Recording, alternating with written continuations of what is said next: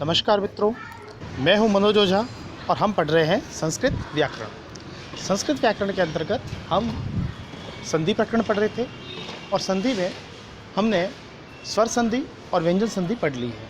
अब हम पढ़ रहे हैं विसर्ग संधि के बारे में। विसर्ग संधि में भी हम सत्व और उत्व संधि, इसके दो जो भाग है वो पढ़ चुके हैं और सामान्य जानकारी अर्थात 3 वीडियोस ऑलरेडी इसके बना दिए हैं मैंने और आज ये चौथा वीडियो मैं अपलोड कर रहा हूँ। आज हम पढ़ेंगे रुत्व संधि के बारे में। रुत्व संधि, रुत्व संधि बहुत ही सरल है, लेकिन थोड़ा सा आपको इसमें थोड़ा विशेष ध्यान देना पड़ेगा। कारण ये है क्योंकि रुत्व संधि के मामले में कई बार हमें अलग अलग पुस्तकों में अलग अलग कुछ चीज़ देखने को मिलती है, लेकिन मैं चाहता हूँ कि आपको एकदम व्यवस्थित रूप से आपको बता दिया जाए ताकि रुत्व संधि के संबंध में आपको कभी भी कोई भी समस्या नहीं रहे। आइए बिना समय व्यर्थ गवाए हम शुरू करते हैं। रुत्व संधि पढ़ने से पहले मैं आपको एक बार, वैसे हमें पढ़नी है रुत्व संधि, लेकिन एक बार मैं आपको फिर से याद दिलाऊंगा जो हमने सामान्य नियम का जो वीडियो बनाया था विसर्ग संधि का, अर्थात विसर्ग संधि पार्ट 1। तो विसर्ग संधि पार्ट 1 नाम से जो वीडियो है, उस वीडियो में मैंने आपको ये चीज़ मैं समझा चुका हूँ। एक बार फिर से इसको मैं रिपीट करना चाहूँगा क्योंकि इसी के आधार पर हम ये जो संधि है वो आराम से पढ़ सकते हैं। इसका जब तक हम इस चीज़ को फिर से क्लियर नहीं करेंगे तब तक आपको हमेशा इसमें डाउट ही रहेगा। तो चलिए हम शुरू करते हैं। रुत्व संधि जब हमने विसर्ग संधि का जो प्रकरण शुरू किया था उसमें मैंने आपको 2 नियम कहे थे। मैंने कहा ये नियम हमें बार बार परेशान तो नहीं होता है वैसे, लेकिन बार बार हमारे सामने आएंगे या अदृश्य रूप में हमारे आमने सामने ही रहते हैं। तो आज हम इन दोनों नियमों को एक बार फिर से देखेंगे। पहला नियम क्या था? पदांत सकार जो होता है, अर्थात स जो होता है, स ये वाला स, दंत्य स, इस स को रू आदेश हो जाता है। अर्थात अगर ये स जो है वो पद के अंत में है, पद के अंत अर्थात पदांत में है, तो इस स को क्या आदेश हो जाएगा? रू आदेश हो जाता है। ये हमारा पहला नियम और हमने इसको उदाहरण के माध्यम से भी समझा था। राम प्लस सु, फिर राम सु जो है उस सु को क्या आदेश हो गया? रू आदेश हो गया। सु में से स शेष रहता है, स को रू आदेश हो जाता है। और ये जो रू जो हुआ है आदेश, इस रू में से भी र शेष बचता है। इस रू में से भी हमेशा शेष क्या बचता है? र ही शेष बचता है। ये हमारा पहला नियम।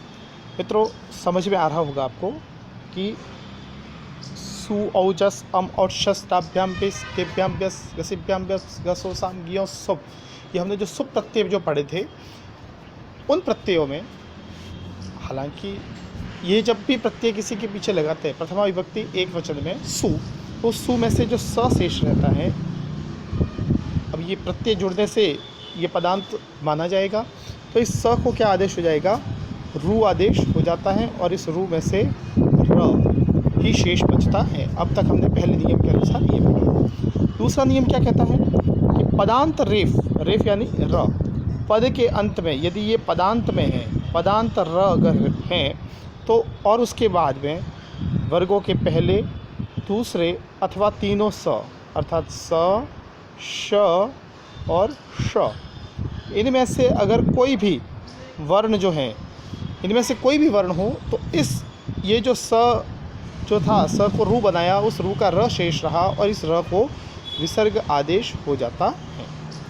फिर से समझिएगा, हमने स जो था, स से रू आदेश किया और रू के स्थान पर ऊ का लोप होकर के केवल र शेष बचता है। तो इस पदांत र जो है, इस र के स्थान पर विसर्ग हो जाता है। ये विसर्ग कब होगा? यदि वर्गों के पहले, दूसरे अथवा तो श, श, स में से कोई वर्ण अंत में हो तब। देखिए, यही हमने नियम में भी लिखा है कि पदांत रेफ, उसके स्थान पर विसर्ग हो जाएगा। कब होगा? वर्गों के पहले, दूसरे अथवा श, श, स वर्ण होने पर। देखिए, मैं उम्मीद करता हूँ मित्रों यहाँ तक आपको समझ में आ गया होगा और हमें इसमें से यही चीज़ समझनी थी। अब देखिए, हम बढ़ते हैं आगे रुत्व संधि की तरफ। अभी हमने क्या देखा कि पदांत स है, उस स के स्थान पर रू आदेश हो जाता है और इस रू में से जो र शेष बचता है, उस र को, रू में से जो र शेष बचता है उस र को विसर्ग आदेश होता है। कब होगा? यदि वर्गों के पहले, दूसरे अथवा तो तीनों सकार पीछे आए तो। स, श और श, इनमें से कोई भी सकार पीछे आए तो उसको विसर्ग आदेश होता है। यहाँ हमें समझना यही है कि यहाँ जो र जो है, उस र को विसर्ग बनाने से रोकना, अर्थात उस र को र ही रहने देना, उसी का नाम है रुत्व संधि।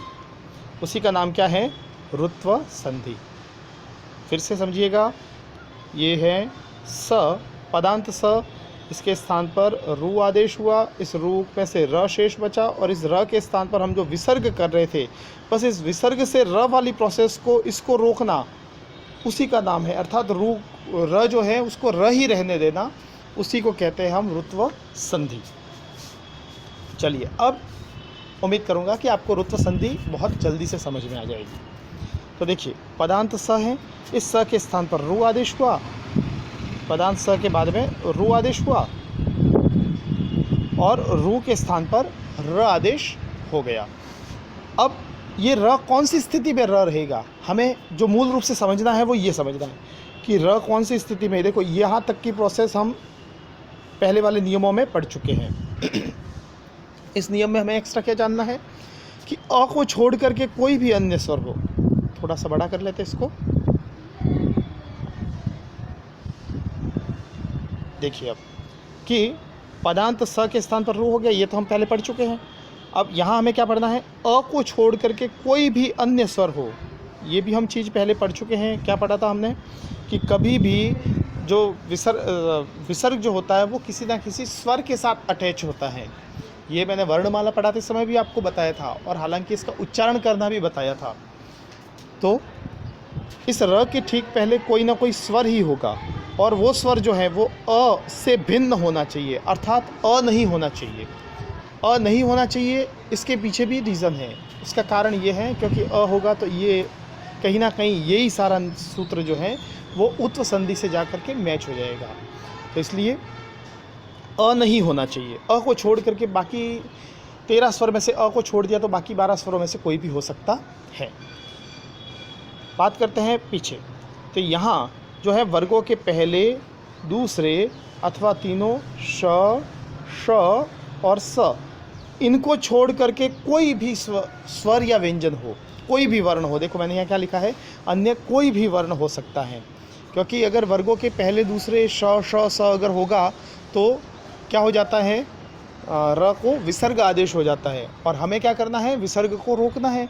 तो इनसे भिन्न जो भी कोई भी वर्ण आए, अर्थात स्वर व्यंजन में से कोई भी आए, तो र के स्थान पर र ही रहता है, अर्थात र विसर्ग में नहीं बदलता। और चूंकि र बन रहा है, र ही रह रहा है, तो इसीलिए इस संधि का नाम क्या पड़ा? रुत्व संधि। बस यहाँ विसर्ग नहीं होगा। बहुत ही सिंपल संधि है। चलिए इसको उदाहरण के माध्यम से समझते हैं। जैसे है हमारे सामने कविस प्लस अयम। देखिए, कविस ये स है, इस स को जो है वो आदेश हुआ रू, स को रू आदेश हुआ, रू में से र शेष बचा। अब इस र के ठीक पहले देखिए कवि, कवि में ई है, यहाँ ई है, और उसके बाद र है, और र के ठीक बाद में अ है, अर्थात हमारी कंडीशन सेट बैठ रही है। विसर्ग को र को विसर्ग आदेश नहीं होने देगा, और नहीं होगा तो र ही रहेगा। तो पूरा मिलकर के क्या बनेगा? कविरयम। क्या बनेगा? कविरयम। अब देखिए, यहाँ एक चीज़ और आपको ध्यान में रखनी है कि अगर इस र के बाद में कोई भी स्वर होगा, कोई भी स्वर, तो वो इस र के साथ में मिल जाएगा। जैसे अ होगा तो र हो जाएगा, अगर आ होगा तो रा, अगर छोटी ई है तो री, बड़ी ई है तो री, अगर छोटा रू है तो रू, ये छोटा रू और ये बड़ा रू। तो इस प्रकार से कोई भी स्वर होगा, रे, रई, रो, रौ, तो वो बन जाते हैं। लेकिन अगर इसके ठीक बाद में, अगर इस र के ठीक बाद में कोई भी व्यंजन है, कोई भी व्यंजन अर्थात वर्गों के पहले, दूसरे और श, श, स तीनों सकार को छोड़ करके कोई भी व्यंजन है, इमेजिन दैट, हम कल्पना करते हैं कि अगर यहाँ ग है तो ये जो र है, ये पीछे वाला वर्ण जो होगा उसके ऊपर रेफ बन जाएगा। क्या बन जाएगा?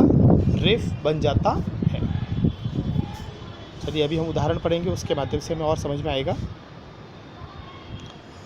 और कुछ उदाहरण देखते हैं हम।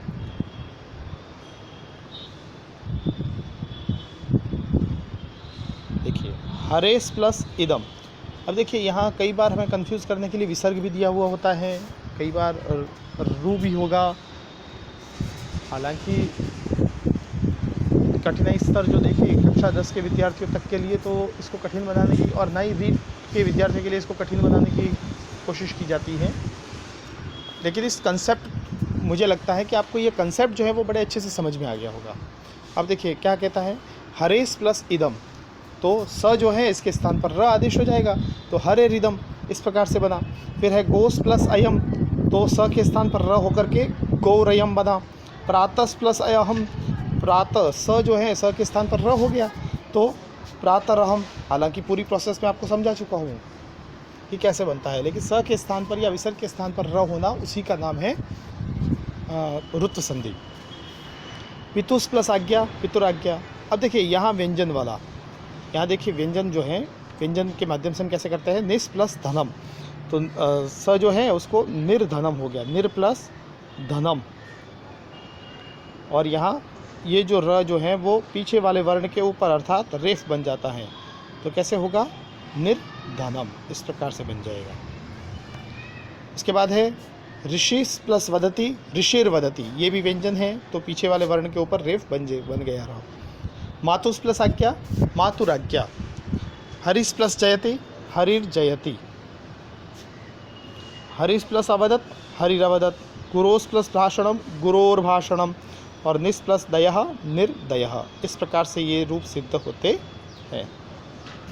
उम्मीद करता हूँ मित्रों आपको ये संधि समझ में आ गई होगी। अगर आपको ये वीडियो अच्छा लगे तो इसको लाइक कीजिए और अपने अधिक से अधिक मित्रों तक शेयर भी कीजिएगा। मिलते हैं एक नए वीडियो के साथ। जय हिंद, जय भारत, जय श्री कृष्ण।